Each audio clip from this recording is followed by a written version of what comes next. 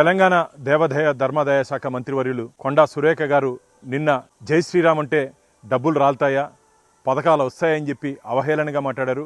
అమ్మ సురేఖ గారు, శూర్పణఖ మాట అన్నట్టు మీరు మాట్లాడారు. జై శ్రీరామ్ అంటే ఈరోజు మొత్తం భారతదేశం అంతా జై శ్రీరామ్ పేరుతో, జై శ్రీరామ్ నామాలతో మారుమోగిపోతోంది.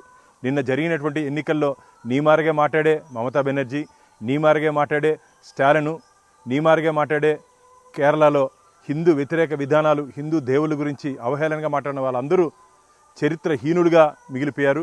ఇంకా మిగిలింది దేశంలో 6 రాష్ట్రాలే. ఖచ్చితంగా రాబో రోజుల్లో మొత్తం భారతదేశం అంతా కాషాయమయం కాబోతున్నది.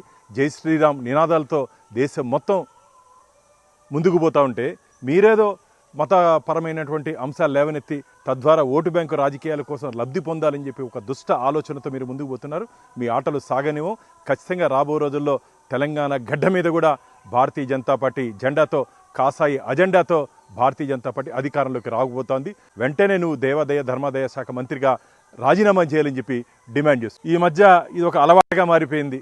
మొన్ననే ఆ దరిద్రుడు ప్రకాష్ రాజు మాట్లాడితే ఈరోజు ఈ సురేఖ శూర్పణఖ ఈరోజు రాముల వారి గురించి మాట్లాడింది. ఇది మంచిది కాదు. వెంటనే హిందువులకి, శ్రీరామ భక్తులకి బహిరంగ క్షమాపణ చెప్పాలని చెప్పి భారతీయ జనతా పార్టీ డిమాండ్ చేస్తారు.